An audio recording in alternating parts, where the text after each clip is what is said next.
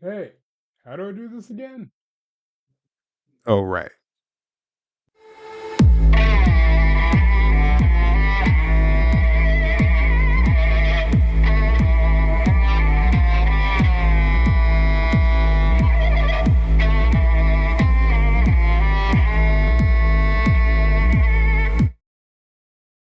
It's been a long time coming, but with Cyberpunk's new expansion out and the 2.0 patch, I figured now is the perfect time to start making videos for you guys.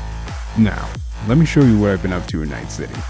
This build, as you probably figured out from the title, combines your classic Netrunner gameplay with smart weapons, particularly smart sniper rifles, giving you the option to go stealthy or go for a more running gun style of play.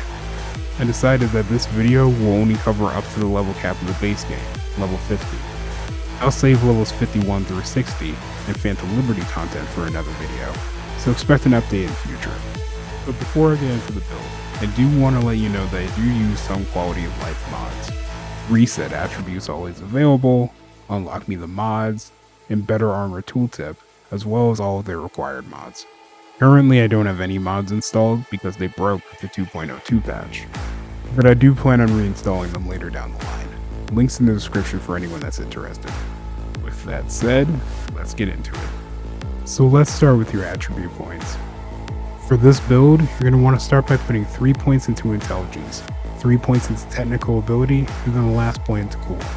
With the changes made to the game in the 2.0 patch, namely the introduction of cyberware capacity, it's necessary for all builds to take technical ability up to 9 as quickly as possible.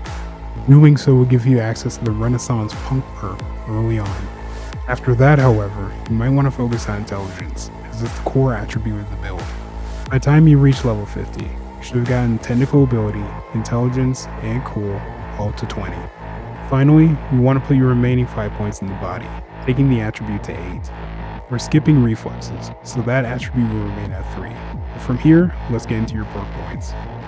The amount of perk points you have might vary a little, as you may periodically receive them as rewards for progressing with certain skills. But this is what your perks should look like for the most part. Starting with intelligence and in no specific order, we're going to take optimization, both levels of embedded exploit, speculation, all 3 levels of overclock, race against mind, power surge, sublimation, and spillover. Now, heading down to the left side, we're taking Eye in the Sky, both levels of Hack Q, Data Recycler, Feedback Loop, all 3 levels of Q Acceleration, Q Hack _ Root, into Blood Demon, and Q Mastery. Now going down to the right side of the tree, we're taking Acquisition Specialist, Precision Subroutines, and into Recirculation, all 3 levels of Target Lock Transfer, and into Smart Synergy.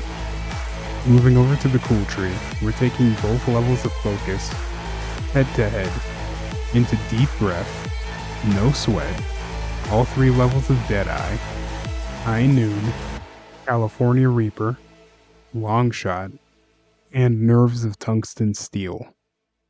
Moving over to the technical ability tree, we're taking both levels of all things cyber, Renaissance Punk, Driver Update, to Chipware Connoisseur, all 3 levels of License to Chrome, Extended Warranty, Ambidextrous, Cyborg, and the Edge Runner perk. And finally for the body tree, we took the Painkiller and Dwarf Head perks. Now, for your cyberware. Like with your perk points, your cyberware capacity can vary depending on the amount of cyberware capacity shards you have found. But this loadout is generally what you'll want to shoot for. Under your frontal cortex spots, we're using X-Disc, Bioconductor, and the Axolotl cyberware to increase your RAM, allow quick hacks to deal critical hit damage, and allow you to use your cyberware more often, respectively. But more on that later. For the arm slot, we're using either the Toxic or Electrifying Gorilla arms, largely for the bonuses to the body attribute checks. Next, we're using RAM Recoup, Universal Booster, and Bionic Joints for the skeleton section. For the nervous system, we're using Adrenaline Converter, Reflex Tuner, and Synaptic Accelerator. Down to the integumentary system, we're using subdermal armor, proxy shield, and optical camo. Moving over to the legs, we're using lynx paws. For the circulatory system, we're using heal on kill, clutch padding, and blood pump. We're using micro generator, and of course, smart link for our hands. And for our face, we're only using the basic Kuroshi optics.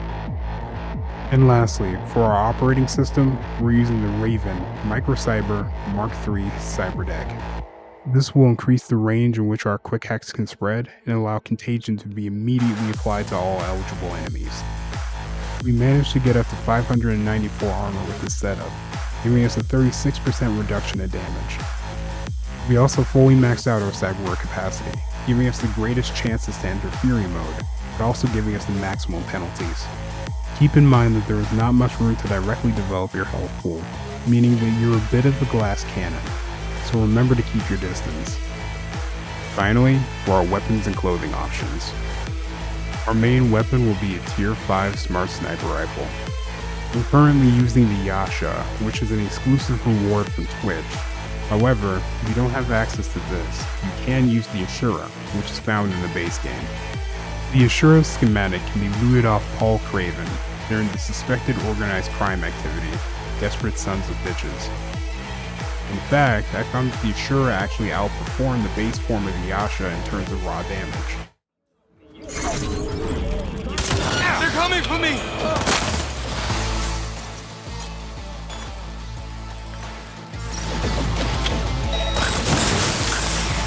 No! Not how we fucking play!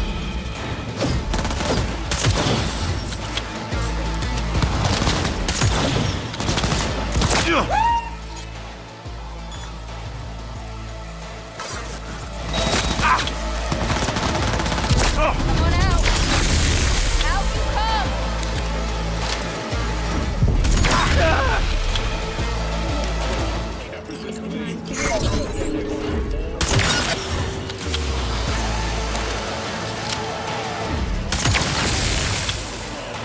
Fuck! He's butchering us!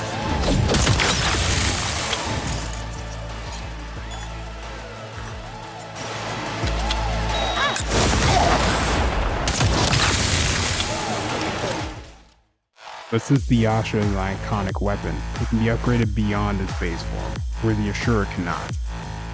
We're also using smart pistols as a sidearm, as they benefit from many of the same perks as our sniper rifles do. Genjira, which can be found in the Arasaka estate on a desk, or even Skippy, are great options for this.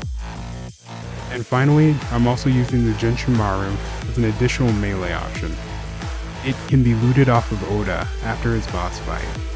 We are rarely going into melee range, but it's always good to have options, and the Genshimaru does very well with optical camo. Our clothing items are pretty simple. For the head slot, we're taking anything that increases melee resistance, and for the face, we're taking items that reduce quick hack upload time. We're also using a Netrunner suit for quick hack damage reduction, as well as any upper body item that further increases your armor rating. I've yet to find a single lower body item in the game with stat modifiers on it, so feel free to use whatever you want. This build is largely based around the interaction between Overclock mode and the Smart Synergy perk in the Intelligence tree, with Deadeye mode and the Nerves of Tungsten Steel perk under the Cool tree. With these perks active, when you turn on Overclock mode with high stamina, you'll be able to instantly get target lock and deal critical hit damage in addition to headshot and weak point damage. Even though your Smart Sniper Rifle can only fire a single shot before it needs to reload, the High Noon perk under the Cool tree can cut down on the negative cost of having such a small clip. And on top of that, the Micro Generator Cyberware guarantees that any subsequent shots fired after your first reload will deal additional electrical damage to nearby enemies. I recommend using Contagion to lower the health with whole groups of enemies before finishing them off with a Smart Sniper Rifle while in Overclock mode. Thanks to Axolotl, each kill will increase the duration of Overclock or cut down on its cooldown, while the Heal on Kill and Blood Pump Cyberware will help to offset the health cost of Overclock. A skilled player can even keep the mode going during the whole duration of a fight. And that, my friends, is the Net Sniper build. I had a lot of fun putting this together for you guys, and the build worked out pretty well. So if you want more content like this, feel free to give this video a like and subscribe to the channel.